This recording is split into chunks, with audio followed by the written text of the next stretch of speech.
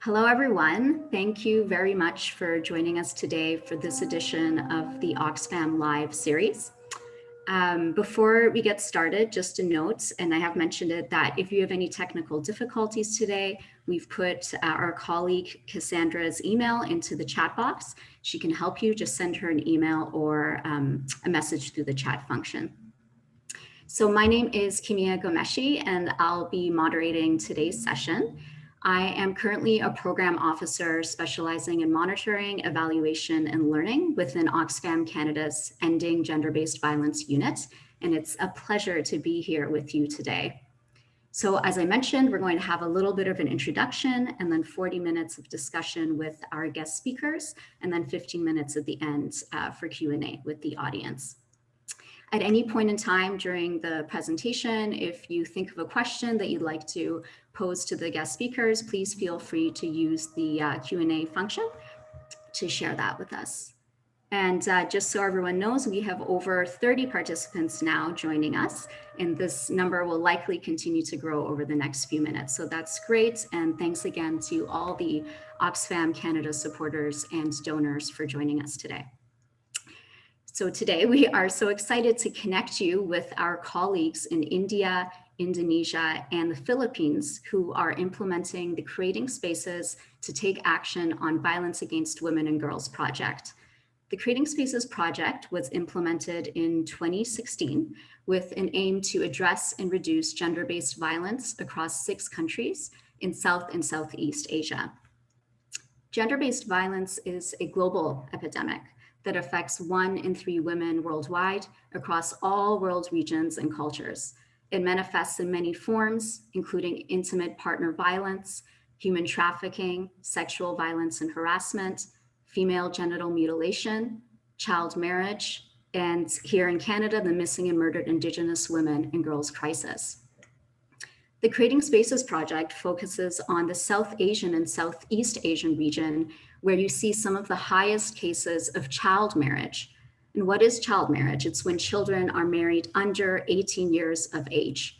And often it's disproportionately adolescent girls who are married early. It's their parents, their caregivers who decide who they marry and when. So today, there are an estimated 650 million married women around the world who were married as children, and 1/3 of them married before 15 years of age. Child brides are more likely to experience domestic violence, poverty, poor mental, sexual, and reproductive health outcomes, poor access to education and employment, exploitation and abuse, and even death. This is why over the past 5 years, the Creating Spaces project teams have worked tirelessly in their communities to prevent further violence by addressing the cultural and patriarchal norms, traditions, beliefs, laws, and institutions that normalize and promote these harmful practices. As the project comes to an end this year, we wanted to take this time to connect with you, our supporters, and our very generous Creating Spaces donors to share with you some of the incredible milestones and victories that have been achieved by the project to promote women's and girls' rights, protect and support survivors, and reduce instances of violence and child marriage. So with no further delay, I will now introduce our guest speakers who I've had the privilege of working with over the past few years. So first we have Anna Caspe, and Anna, if you can just wave for everyone, from Oxfam Philippines. She is a committed and passionate feminist with more than 20 years of experience in project and partnership management. Anna holds a master's in professional studies in rural extension and development and a BS in political science. Since 2012, she's managed Oxfam Philippines' Climate Change Adaptation and Women Transformative Leadership Program, and currently she leads the Creating Spaces project. Welcome, Anna. Next, I'd like to introduce Mika Verawati Tanka, who is a women's rights activist in Indonesia, currently serving as the Secretary General of the Indonesian Women's Coalition. The organization advocates for policy developments to protect women and children's rights and end gender-based violence, representing women and girls from various backgrounds, including farmers, women with disabilities, informal workers, the urban poor, LGBTQ, and sex workers. Welcome, Mike. And finally, we have Rukmini Panda, who works with Oxfam India as the project lead for the Creating Spaces project. She has more than 2 decades of experience leading research and development, program planning, and implementation on the themes of women's rights, livelihoods, and migration. Rukmini holds a degree in economics and is continuing her PhD in women's studies on the topic of social protection for women migrant workers. Welcome, Rukmini. And I'd also like to acknowledge that our colleague Mahmouda Sultana, the Gender Justice and Social Inclusion Lead at Oxfam Bangladesh, she was supposed to join us today, but unfortunately she's fallen ill. So our thoughts are with Mahmouda, and she's missed today. So a big welcome to all our speakers, and let's get started. So the first question I have for you, after 5 years of programming with the Creating Spaces project, what would you say have been the major gains for your communities, the communities that you work in, to prevent gender-based violence and child marriage? And we can start with Anna. Thank you. Yeah. Sorry. Thank you, Kimia. Good morning and good evening to everyone. So this is really a great opportunity to share our promising gains in policy advocacy on child marriage at the national and local level. So as a brief background on the child marriage situation in the Philippines, data shows that 15% of the Filipino girls are married before the 18th birthday and 2% are married before the age of 15. According to UNICEF, the Philippines has the 12th highest absolute number of child brides in the world at 726,000. So a lot of work, hard work, decades of campaigning is amplified by the Creating Spaces project in the last 5 years.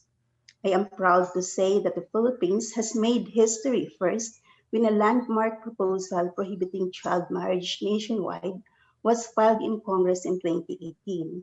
And second, when the Senate unanimously approved the Girls' Night Brides Act, an act protecting children by prohibiting and declaring child marriage as illegal and imposing penalties in its third and final reading on November 9 last year.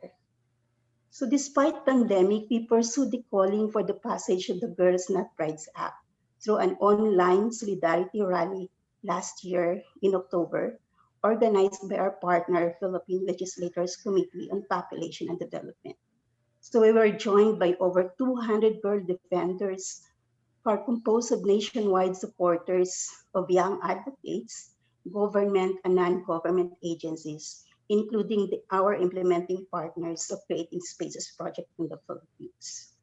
It is also a very significant milestone to note that the affected young population in the Philippines have made a stand against child marriage and have spoken the need to pass a law prohibiting child marriage.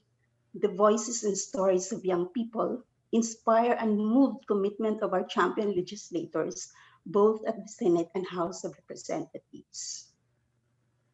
Now we are closer to a national law on ending child marriage. It looks promising to us because there are movements and indications that passing of the bill at the House of Representatives will happen soon. In May this year, the House of Representatives Committee of Women and Gender Equality has deliberated on the pending bills on ending child marriage.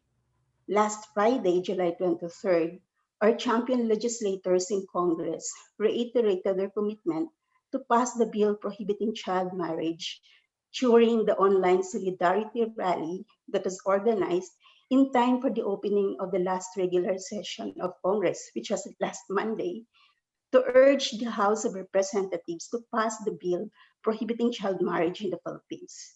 We call on that this will be their legacy, a legislation for women, girls, and children to ban child marriage in the country. However, given the priorities of the legislator, we still need more push and call that has to be done this year. At the Bangsamoro region, autonomous region in Muslim Mindanao, where Muslim girls aged 15 years of age or even younger at their onset of puberty are allowed to get married, exposing them to negative health and development impacts. Our local partner, United Youth of the Philippines Women, or we call them UNIFIL Women, together with the Provincial Alliance of Youth, Young Advocates, and Students, are also doing community awareness to end child marriage. And they're working with our local legislators in championing a provincial ordinance seeking to protect children and young people from child early and forced marriage. So happy to share this with you all. Thank you. Back to you, Timia. Thank you, Anna. And it's so inspiring to hear not only the work that's been done at a national level to push for the legislative change with the Girls Not Brides bill, but also the work that you're doing on a provincial level as well to make sure that, you know, even if the law passes, you need to see that enforcement at the local level as well. So that's really promising. Thanks so much for sharing, Anna. I'm looking forward to hearing more. Rukmini, would you be able to share with us next what have been the major gains for your communities? Good morning to dear all friends. So far as India is concerned, Creating Spaces project is being implemented in 5 different geographies in 5 Indian states. Those states are very poor in terms of socioeconomic indicators like per capita income and all of that, and the incidences of violence is also very high in all those states. Almost 35% face domestic violence in India, and almost 21% of the girls population they marry before the age of 18. So within such scenario, violence is quite normalized, and it is not being considered as a social and development issue. So Creating Spaces has significantly contributed in this space, and recognizing violence against women as a legitimate development and social issue has been the greatest achievement of this Creating Spaces project. And besides this larger gain that we have made, we have also made some of the gains which I would like to share. So Creating Spaces has engaged with the women leaders. So now the women has emerged as leaders. They are raising voice to end violence against women and creating safe spaces for themselves in the families and in the communities. So I would like to share a story of 2 women leaders from India. So let me share the story of Sibaratri Patra, who is a Gond tribal woman from a very small village in Odisha. She was married off at the age of 13 to a man of 17 years. And within the 16 years of her marriage, she gave birth to 14 children, out of which 4 survived only. She didn't have control over her body. She didn't have control over her reproductive choice. Also, she didn't have any formal education. So Sibaratri represents the millions of girls and women in India who suffer in silence and in the name of family honor. So when Sibaratri got involved with the Creating Spaces project, she could understand the ill effects of early and child marriage. Now she has become a leader and she is championing the cause of women's rights. She is spreading awareness to end domestic violence and early marriage and child marriages in her communities. She has also been inducted to one of the members in the traditional caste society forum, which is usually happen to be a male-dominated space. And also under her leadership, a monitoring committee has been formed in the community. That committee is looking after if there is any case on violence is happening and the women are going and solving those cases. And also let me share another story of a very young girl of 21 years of age called Manju Patra from that particular village. She had stopped her own marriage and now she is spreading awareness to ensure the sexual reproductive health rights of women and girls in her community. And another major gain is the leadership of young people and how the young leaders are spreading awareness, and also they are supporting women and girls to achieve their rights. So let me again share one example from Uttar Pradesh experience of this project. So Amit is a young protagonist from Uttar Pradesh. He has supported his sister to pursue her career as well as to pursue her education. His sister Dolly, she actually wanted to continue her education and also wanted to start her career in kickboxing. But in UP, that's a very traditional society. Women's education is significantly restricted. Women's mobility is also significantly restricted. Within that scenario, Amit, being part of Creating Spaces project, he could understand the kind of discrimination his sister is facing. So, despite all odds, despite the economic burden and economic disadvantage the family was facing, he championed, he did daily wage labor and supported her, his sister to pursue his career in sports.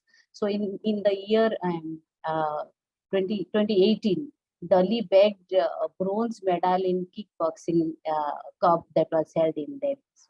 So these are the kind of gains that we have made. And in terms of women's leadership, let me share another thing also. Women leaders are not accepted as leaders in the community, but being part of this project, women leaders now they have taken part in the local governance system and they are championing their decision making power and they are contributing significantly to development to form the development plan of the communities. So these are the kind of major gains we have had in this project, despite other gains that we have actually received. Thank you. Thank you, Rukmini. That was many, many major gains that you spoke of. So many interesting things. I really liked what you had to say about the monitoring committee that was set up locally by the women to monitor cases of child marriage and gender-based violence is a great example of how you can have an accountability mechanism that's informal like that and have women take leadership to do that. And I love the story of Amit and how he's being an ally for his sister and supporting her to pursue her dreams. And also just great examples of women taking up decision-making roles in their society, in the government structures locally. It takes a lot of work to create an enabling environment where that's possible, where women can take up those positions. So that really speaks to the incredible work that's been happening with this project. So thank you. Mike, I'm looking forward to hearing from you. What have been the major gains for Indonesia and your communities? Yeah, thank you, Kimia, and good morning, everybody. And maybe in Canada is this evening. Thank you for the good opportunity to invite Indonesian Women Coalition to have sharing in this discussion. Okay, I want to share about the major gaining that for Creating Space Indonesia was the passing of amendment marriage law in 2019 to increase the age of marriage for girls from 16 years as a provisional law and to 19 years of age. Yes, this is a long journey toward a policy change that is more in favor of girls than the danger of child marriage. Uh, the Indonesian Women Coalition itself has advocated for changing the marriage age limit for almost 10 years. So it took over a decade of advocacy by civil society to successfully change the law. In 2014, we together with the 18 Plus Coalition is about a forum and networking which consists of several organizations that are concerned about the problem of child marriage, which is quite high in Indonesia. We conduct a judicial review process to the Constitutional Court. In this instance, we have helped because the lawsuit was rejected by court, and we have facing so many resistance from a religious group in Indonesia.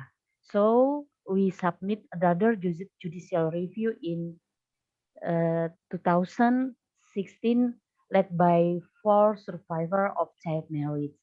This became a fact that convinced the constitutional judge to accept the proposed amendment to marriage law, specifically the article that regulates the marriage age for girls and boys.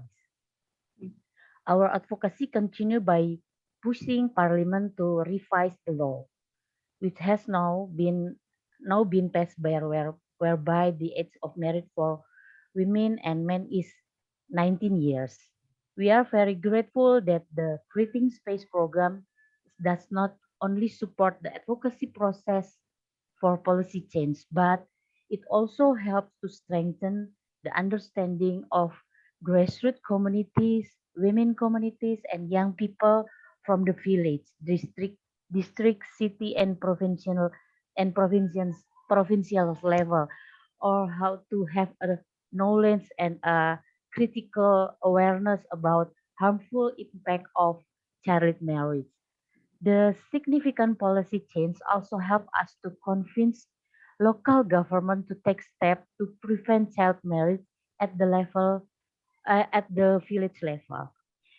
Because the revision of the law is not enough, because Indonesia has many factors that encourage child marriage to occur, one of which is the issue of tradition and social norms, which is still considered child marriage to be a normal thing in Indonesia.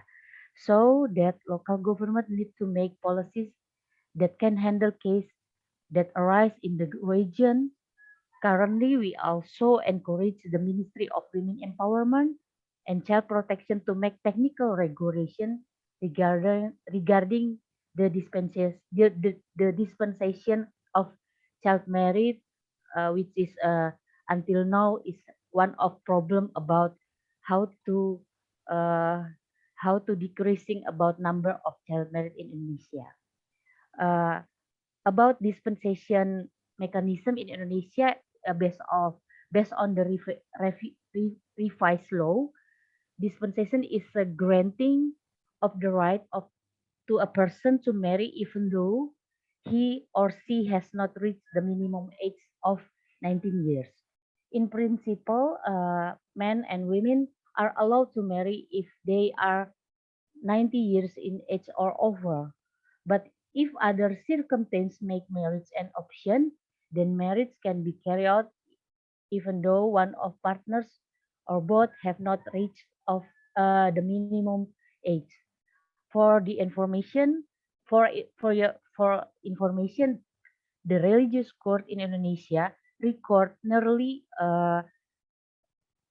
64,000 application for dispensation for child marriage until 2020, and is and we believe in this. It is estimated that will increase during the pandemic because we have a limitation of the public services, or how to have a complaint mechanism in this limited policy of physical and social distancing in Indonesia. And the large number of reason of applying the dispensation merit dispensation is because the girls have experienced pregnancy.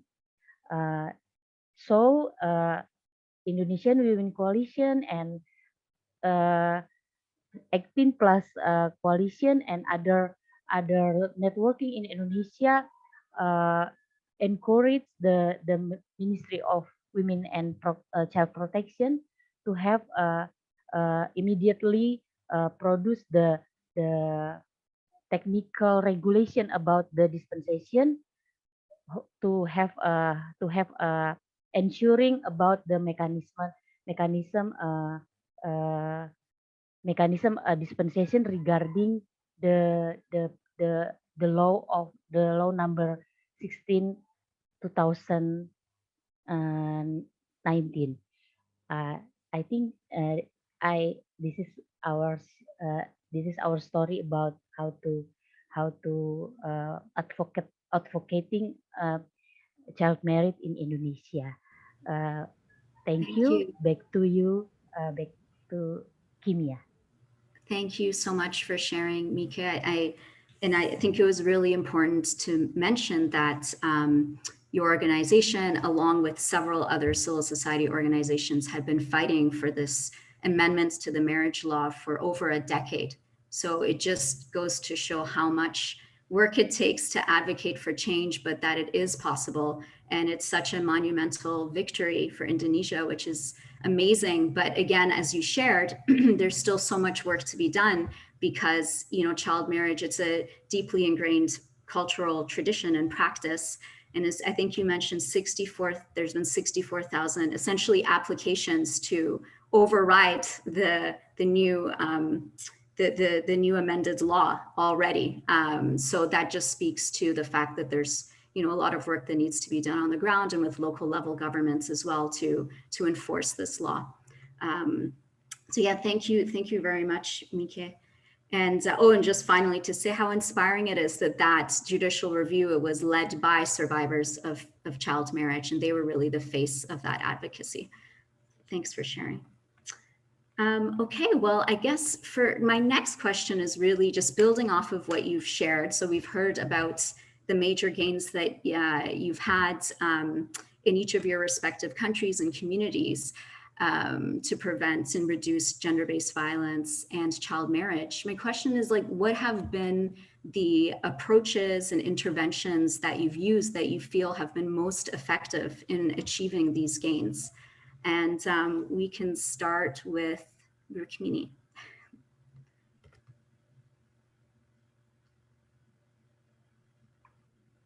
Thanks, Kimia. To achieve these gains that I have mentioned, we adopted many approaches and strategies. But I would like to mention 2 and 3 most important approaches that we adopted.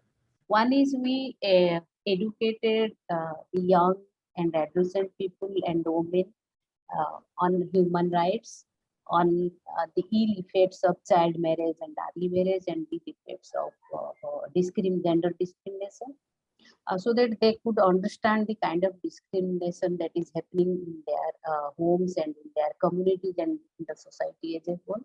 So that has been in a very systematic and very rigorous process. And every month we engage with them. They took part in different conversations, and they could understand the kind of discrimination that is been happening. And second approach that we adopted is our women's leadership approach. Women, when they come to this local governance system, they don't know about their role and how they can raise their voice, not only to end the violence, but also to actually promote their citizenship rights. So we educate them on all their roles so that they could understand and they could take very proactive actions in their respective forums. And third approach I would like to mention is in India, as you know, so the young and adolescent people, they are significantly influenced by Hindi films. Hindi films actually they reinforce the idea of patriarchy, and they objectify women. And the young and adolescent people, they identify themselves with all those patriarchal notions that is being propagated by Hindi films. So we adapted that approach. We help them, we educate them the ill effects of films through a systematic module, so that they could understand the kind of idea of patriarchy and how it is being reinforced again and again by Hindi films. So they could analyze the Hindi films from a gender perspective, and that helped them not to idealize all those negative norms that is being propagated. So, and also we engaged with our local governance system, so that they can bring up with some positive resolutions to end violence from their community, from their villages. So these are significant strategies and approaches that we adopted to achieve all those gains. Thank you, Kimia. Thank you for sharing, Rukmini. And I know this goes for all of the Creating Spaces country, doing the laborious work, as you said, of just educating communities on basic human rights, women's and girls' rights, and on understanding the social norms that are really normalizing gender inequality in their communities, and how powerful that educational process has been, both with women and with youth in particular, but with other stakeholders as well. And just to mention that the creative work that India has been doing and really using Hindi films as an entry point to talk to young people about gender stereotypes has been really unique. And I saw some of the pieces of the social media campaign that you had attached to that, and really like analyzing and dissecting Hindi films from that perspective. So it sounds like that's been a really effective way to reach youth. And let's continue with Mike. What approaches, what interventions have been most effective for you? Okay, yeah. I want to share about our our experience to have built the coalition and networking of to advocacy child marriage. Uh, like Mike, sorry, just your voice is a bit low. If you can speak a little bit louder. Okay, sorry. Is my voice hear my voice? Yes, much better. Okay. Yes. I want to share about the 18 plus coalition.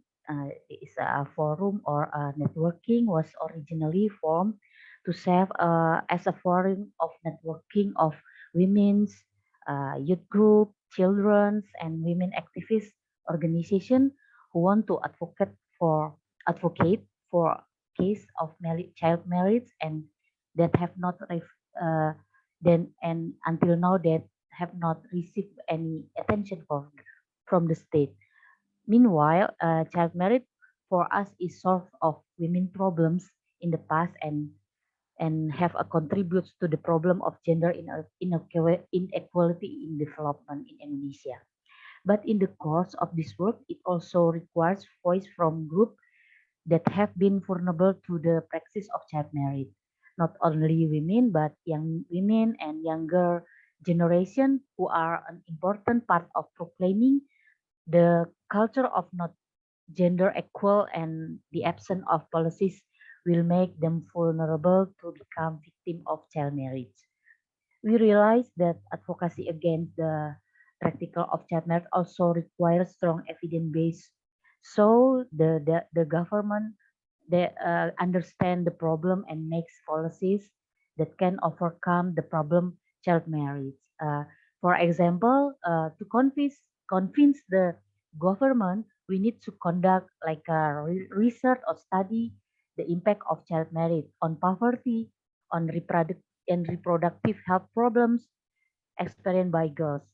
Other examples, we also provide input to local government, such as the number of domestic violence that occurs due to marriage at the age of a child, which is not quite ready to facing family life. In a certain advocacy, we even invite survivor of child marriage to share their experiment like us. We invite them to voicing about the bad impact of child marriage and together have a campaign about knowledge and information about how to how to refuse about the child marriage practical in Indonesia. So we also engage youth group through the Creating Space project. We also strengthen the capacity of youth groups, community leaders, and religious leaders to conduct a campaign to voice the importance of preventing child marriage. Uh, Youth groups also began to engage in policy discussion at the local level, where they voice out the made policy recommendation that could prevent child marriage from occurring. Currently, many youth groups have campaigned through social media, and they have various campaign products to educate the public about the bad impact of child marriage. They are speaking out at creating forums to discuss issue of gender-based violence too, and how to and about the rights of reproductive health and other problem they have. Some example in good example we have experience about the how to advocate at the national advocate the national level are coalition acting coalition acting plus, which also collaborating with jaringan aksi whose member are mostly young people effectively encourage the National Action Plan for the Prevention of Child Marriage, led by Ministry of Women Empowerment and Child Protection, as well the Ministry of National Development Planning. They make important recommendation how to apply the principle inclusiveness or a human right mechanism and gender approach, gender transformative approach in effort to prevent child marriage. Another good experience is in the village level, like in the Bogor Regency in West Java, a young group who have received capacity building from the Creating Space program began to engage in the planning meeting in the village level. In Indonesia, we have a mechanism to have a planning in every level, like from a village level to now. And young people and youth groups have to encourage the village government to also make programs and policy to prevent child marriage in the village. Yeah, I think maybe. Thank you, Mika. That was so inspiring to hear about all the different kind of approaches and interventions that have been working nationally and locally. You mentioned how with the Coalition 18 Plus, the fact that it was multi-stakeholder, there were so many different types of, civil society organizations and influencers and youth and everyone coming together that really had more influence on the legislative changes that were achieved. And I've heard that from other countries as well in conversations with Anna, just about the importance of having that multi-stakeholder approach. And all of you have spoken really about the role that young people have played in not only their own communities and educating their peers and in communities, but also in the advocacy work happening with politicians locally and as part of the national advocacy. It's really inspiring. And but you made an important point about the need for training on advocacy to understand how to make certain demands and how to shape your messaging, how to do campaigning. There's a lot of skill building that comes into play in doing that. So it's great to hear that the work that you're doing with young people and just to hear about how they've really shown leadership throughout these years. Okay, so let's move on to Anna. Anna, what have been the approaches, the interventions that have been most effective in the Philippines? Yeah, thank you, Kimia. Similar with Mika and Rukmini, we've had a lot of work with young people. So in the Philippines experience, one of the interventions undertaken at the start of the implementation of Creating Spaces project in 2017 was a school-based youth advocacy against child marriage in one of the provinces of the Bangsamoro Autonomous Region in Muslim Mindanao.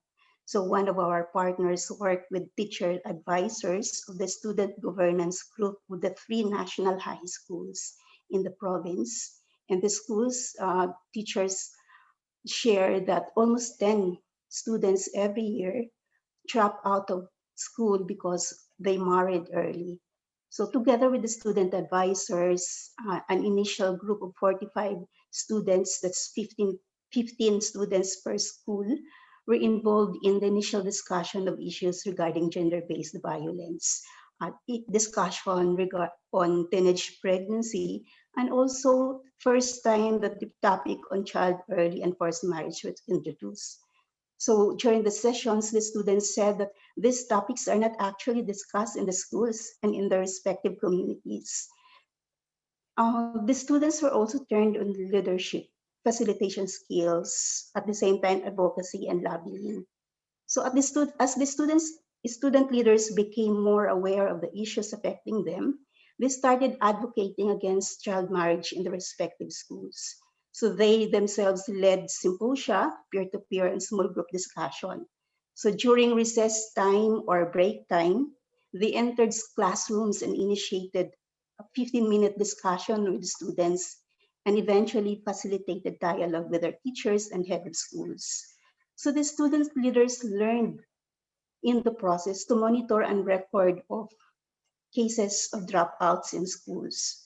So in 2019, they started to notice that there is a decreasing number of students who married early, and some of those who have already dropped out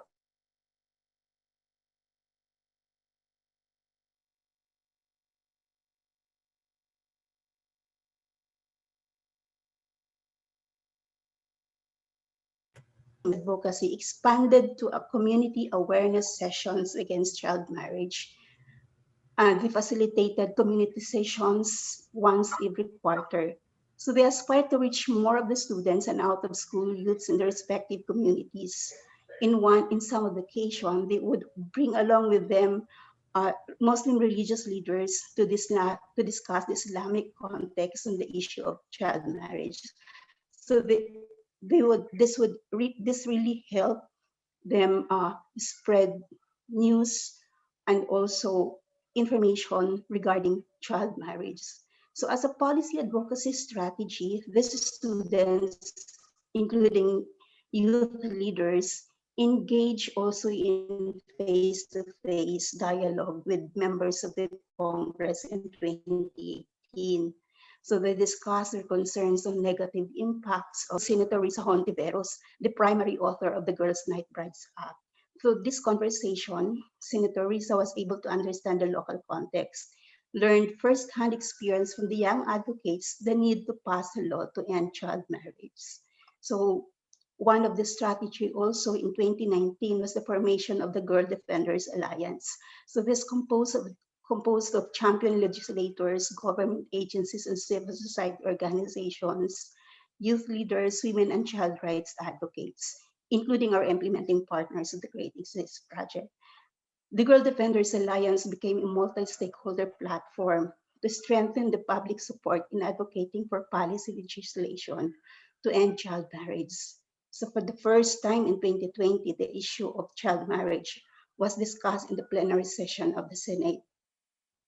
So the Girl Defenders Alliance rallied in full force to urge policymakers to pass the bills prohibiting child marriage.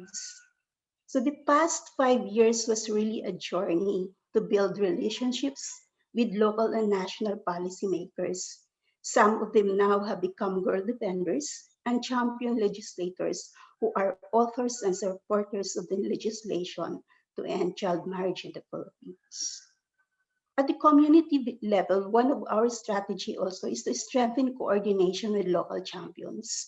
For example, the local police officers who are in charge of the Women and Children Protection Desk on Vouch C, we engage them in the project to help intensify information and education session on violence against women. They also provided support in terms of monitoring cases of child marriage, early child marriage, as well as they're very also helpful in terms of mobilizing community awareness programs in reaching really remote communities with the support of local government units. So these are some of the strategies that we have undertaken in the Philippines. Thank you. Thank you so much, Anna, for everything that you've shared. And it was so inspiring to hear how there was that dialogue that happened between the youth. And I know some of those youth were quite young, and the senator, and how that was part of influencing the bill, the creation of the bill. And I do understand that also the research that was done through creating spaces on social norms that are normalizing child marriage and driving child marriage practices was also taken into consideration by the Senate in their development of the bill. So these are, yeah, really, really amazing. It just goes to show like the kind of multifaceted approach and interventions that are necessary for change to occur. And with, various stakeholders in society. As you said, you worked with law enforcement and policymakers and youth and the religious leaders, and multi-tiered approach. Thank you, Anna. I'm just conscious of time. We have a few minutes left, so I will move on to the next question. So, in doing this work, it is common that you face backlash and resistance from communities, as can be expected. So it would be interesting to hear from a few of you on what kind of resistance may you have faced in the last years, and how did you deal with that? And why don't we start with Rukmini, and then move to Anna, just to hear from a few of you. But if we can keep it a bit shorter, I just want to make sure we leave time for the audience to ask questions as well. Thank you. Thank you, Kimia. Actually, any kind of attempt to promote women's and girls' rights, there is sure to have some challenges and backlashes. That is embedded in the patriarchal structure, not only in India, but also in other South Asian countries. So whenever any girl and woman, they champion the cause of their rights. So they are threatened of sexual assault by using masculine forces. Let me share one example. Very quickly, I will share one example. Very recently, because of pandemic in India, early marriages and child marriages are on rise. So one of our young champion, she tried to stop child marriage that was happening in her community of a child boy, that means groom. So, but the community, powerful persons in the community, they threatened and intimidated her of sexual assault. So but she didn't get scared. Rather, she went to the police, went to the system, and ultimately the child marriage that got stopped. But she got the kind of intimidation and the kind of that means threatening she got, that is definitely acting as a deterrent to promote women's rights. And also sometimes the young girls and women, they have internalized the idea of male dominance and women's subordination. Men are considered as bread earners in the family, and being the bread earners, they can inflict physical violence. This is a very accepted social norm. So that also act as a deterrent to promote women's rights. So these are the dominantly challenges and backlashes women are facing while promoting women's rights in the communities. Thank you. Over to you, Kim. Thank you, Rukmini.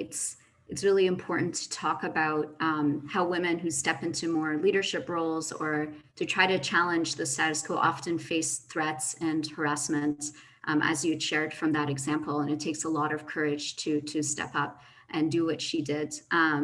And also, as you said, that, as women, we have internalized misogyny as well, because we also grew up in a patriarchal society. And sometimes that resistance can come, within, from other women and girls who may feel threatened, right? By what's by the alternative norms that are being proposed.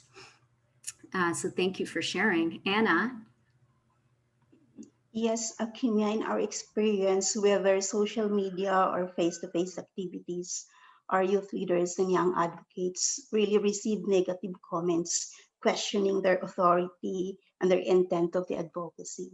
So they were told that they shouldn't be campaigning against child marriage because they do not have any assurance that they will not experience the same. Or even in some traditional leaders or community leaders would mention that this is acceptable in our culture and you are still very young. So it's good that our youth advocates have been trained on advocacy, so they were able to maintain a positive attitude and they learn to ignore negative comments on social media.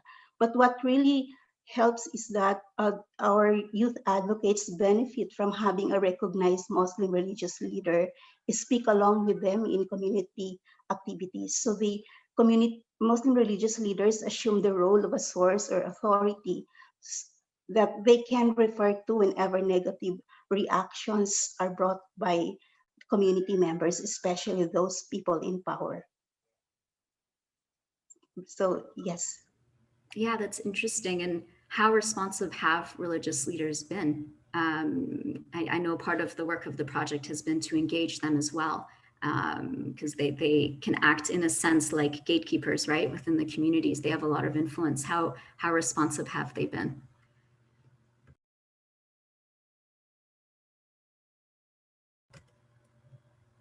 Oh, sorry, and I don't know if you heard me. I was just saying, like, how responsive have you found that religious leaders have been?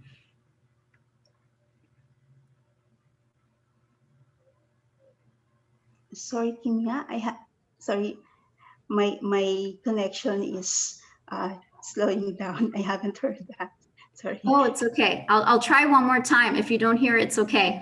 But I was just asking, how responsive have you found religious leaders to be to this project and the messaging of this project into the youth overall? Yeah. So they provide the perspective of Islam in terms of child marriage, and they have been really very participative in terms of our invitation to participate in community gatherings and even consultations. So it's not just the Muslim religious leaders, even we've made a round of consultations with Darul Ifta to provide us with the perspective, and these are organized by our local partners. Uh, their perspective and stand on child marriage really help in terms of, because they're the ones, they're the authority being listened to by the communities. So having their perspective in our community education sessions really help a lot in terms of awareness raising and support on child marriage. Thank you for sharing, Anna.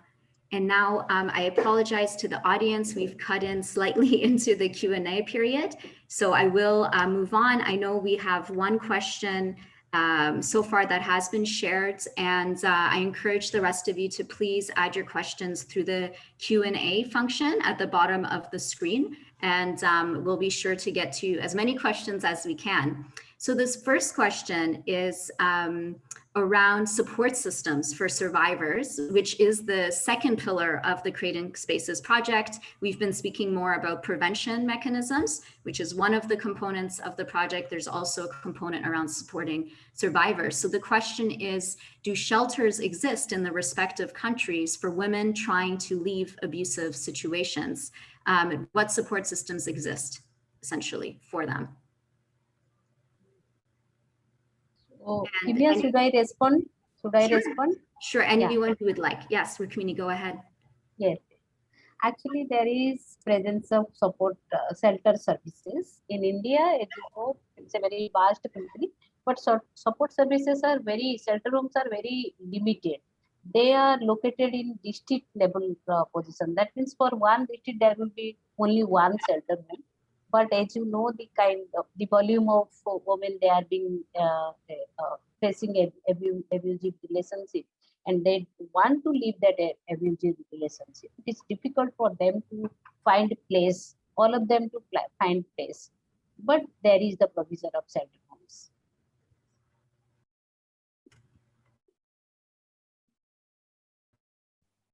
Yeah, thank you. And I know Rukmini, oh, okay, apologies. I know that there's been part of the work of the Creating Spaces project has been to support those shelters. Am I right? And that you were part of establishing or supporting the one-stop centers? Centers.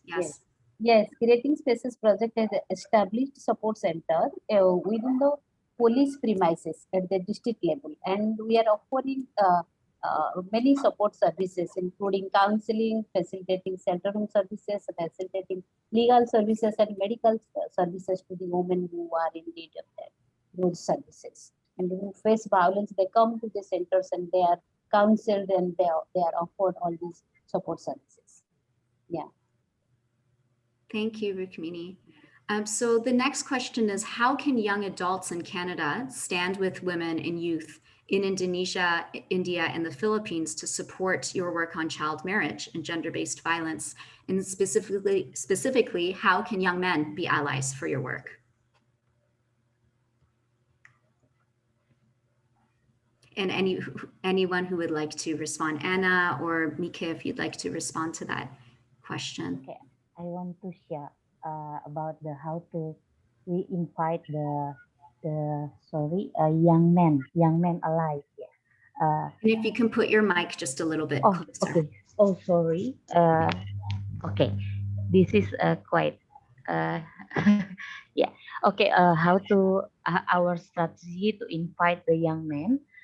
In Indonesia, we have about a program to to every year, and maybe every year to to invite the every young youth group in national level to have a sharing, and we have uh, make a net cooperation to a or uh, man organization who the name is Laki-Laki Baru, the new man who have a good perspective about gender equality, and how we engage with them to have make training to young men to have awareness or critical awareness, and knowledge about how they have to uh, aware about the SGBV, sexual uh, sorry, violence based, gender based, and they have to together campaign about the man is refused about the violence, gender based violence, and refuse the child marriage. Yes, Mhm. this is our experience, Kimia. So there's the you have a men's organization that's providing that support, and I know through the Creating Spaces project, really, a lot of the countries have formed child clubs or youth groups, bringing together boys and also girls, and educating them, building their capacity, and really encouraging boys within those groups to support their sisters and support other women and girls in their lives, and acting as allies. And I would just say, if the person who asked the question, if you are in Canada, the White Ribbon campaign is a male-led campaign against gender-based violence that you might want to look into as well. But thank you for your question. There's so much more to say on what kind of support can be provided. I encourage you to look at the Oxfam Canada website as well for more information. And so we're just running a little bit out of time. I'm just looking at the questions here.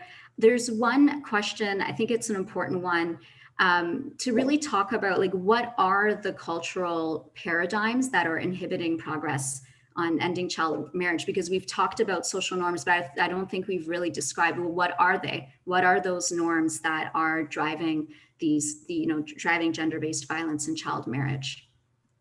Anna, maybe can you speak to that?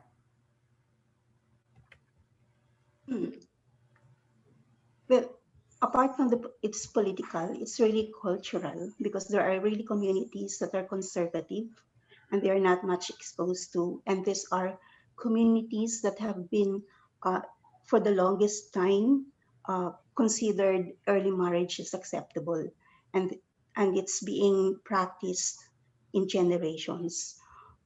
There is also a code of Muslim personal laws that specifies young girls can be married as long as they reach the age of puberty. In some cases, this became the reason why early marriage is being perpetuated in most of the communities. So there's really a lot of activities or efforts to be done in terms of raising awareness to to stop these barriers, to counter these barriers. In some communities that have been aware, so they have accepted that it's what is more important, if that their children is educated within the schools and they have a better future lives. So that in itself would mean that they can on their own decide not to allow child marriage. Thank you, Anna. And I just shared an infographic that we published last year, I believe, looking at the different social norms, but also structural factors that do drive these practices. So I encourage you to take a look at that. And that infographic is based on research done at the community level across the Creating Spaces countries on the cultural and social norms and traditions that were really driving these practices. So please take a look. And final question, thanks for those of you staying on board for another few minutes. Have parents generally been supportive of their children being involved in project activities? How have they been persuaded if they are resistant? Should I respond, Kimia? Yes, please. Yeah. So initially, definitely there was some resistance of parents to being associated in this initiative. But we had continuous intervention, continuous dialogue with the parents and in the community, with the influencers and with the local governance system. So slowly that inhibition went away, and parents became supportive to allow their children to be part of this initiative. And also in India, we had that has been a systematic approach to actually involve parents in this initiative, so that they can understand the kind of work that is happening, and also they can extend their support to promote women's rights and girls' rights in their families and communities. So that means now the path has been very smooth, but definitely initially there was some challenges and criticisms.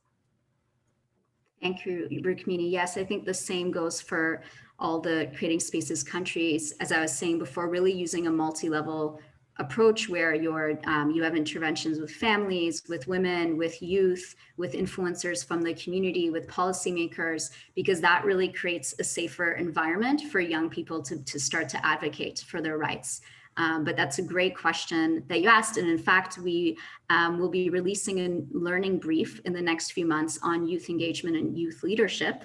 And that's part of our lessons learned in doing this work, is the importance of having an integrated approach where family members are involved as well to really create that safe space for them. So great question. And that brings us to the end of today's session. Thank you for everyone who's joined us today. And as I said before, thank you so much to the Oxfam supporters and the Creating Spaces donors. We could not do this work without you. As you've heard, it takes time and it requires a long-term approach for sustainable change. So thank you so much for your support. And I want to thank the speakers as well for not only the incredible work that you're doing on the ground, but for joining us today. Especially, it's such an early hour for you. I think Rukmini joined at 4 in the morning. So we really appreciate you taking this time and for all the work that you do. Thanks to Cass, who's been supporting with the tech and the behind the scenes, a very important job. And again, I think Cassandra's about to share a link with you to the Creating Spaces impact page. That's where you can find all kinds of other resources on the project, our research publications, our learning briefs, our infographics and evaluation reports. It's all there. We really encourage you to take a look, and we'll be posting more learning products over the next 6 months to really share, the key moments and milestones of this project and what we've learned about doing this work and having a sustainable impact. So thank you to all of you for joining. And Cass, I don't know if you've had it. Okay, great. So she's posted those links. Please do click on them before this webinar shuts down so you can take a look later. Thank you again to everybody. Thank you, Kimia, for making this report. Thank you. Thank you, Thank you. Kimia, and all. Thank Nice. you. Rukmini, Anna, yeah. thank you for. Thank you, Cass. Thank you, Amanda, and thank you, Asma. Thank you, everybody at Canada who made this possible. Yeah.